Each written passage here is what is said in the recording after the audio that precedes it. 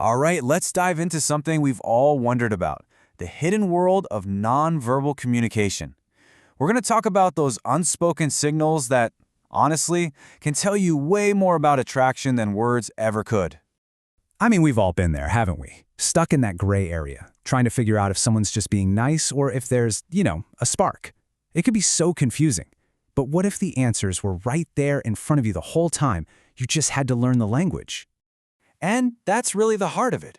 People can say anything, right? They can choose their words carefully, maybe even hide how they really feel. But the body? Oh, the body has a much tougher time lying. It's constantly sending out little signals about our true emotional state.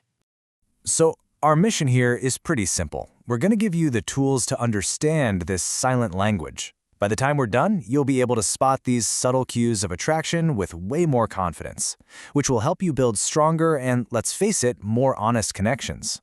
Okay, first up, let's talk about the voice, because it's not just what somebody says that matters, it's how they say it. When someone's attracted to you, their voice can change in some really specific and very revealing ways. Now, check this out. When you're just having a friendly chat, your voice tends to stay pretty consistent, right? But when attraction enters the picture, things get interesting. A little rush of adrenaline can actually tighten the vocal cords, making their pitch go slightly higher. Or they might start talking faster just because they're excited to be around you. On the flip side, they might do the complete opposite, slowing down, lowering their voice, kind of an unconscious way of trying to create this intimate little bubble for just the two of you. All right, so just like the voice can give away that nervous excitement, so can the body. We usually think fidgeting is a sign of boredom, but nope. When there's attraction in the air, it can mean the complete opposite. It's often that nervous energy just spilling out. Psychologists actually have a name for this: displacement activities. Basically, when our brain is buzzing with emotions, like the thrill and anxiety of being near someone you're into, that energy has to go somewhere. So it comes out in these tiny, seemingly random gestures, like adjusting their shirt when it doesn't need it, or constantly touching their hair or a piece of jewelry. This slide just lays it out so perfectly. A platonic friend, they're usually pretty relaxed and open. But someone who's interested, they can be a little bundle of energy. Look for those self-soothing gestures, like touching their neck or face. And here's a huge one. Check which way their body is oriented. Even if they're looking somewhere else, are their feet and their torso pointed at you? That's their body basically screaming, "You've got my full and undivided attention." And now for what might be the most powerful cue of all, the eyes. Seriously, there's a massive difference between just polite, "I'm listening," eye contact, and the kind of gaze that really signals something deeper.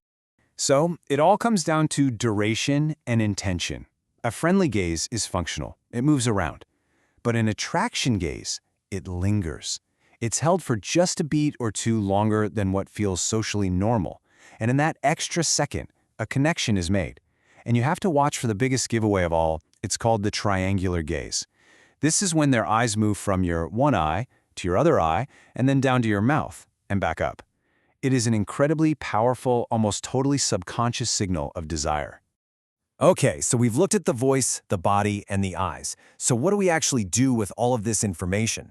Well, think of it like this. You've just been given a new superpower. You now have the ability to understand a whole conversation that's happening just under the surface. And let's be super clear. This isn't about mind reading or trying to manipulate anyone. It's about being a better listener, not just with your ears, but with your eyes. It's about being more present, more perceptive, and simply receiving the emotional information that people are constantly and often unconsciously putting out there.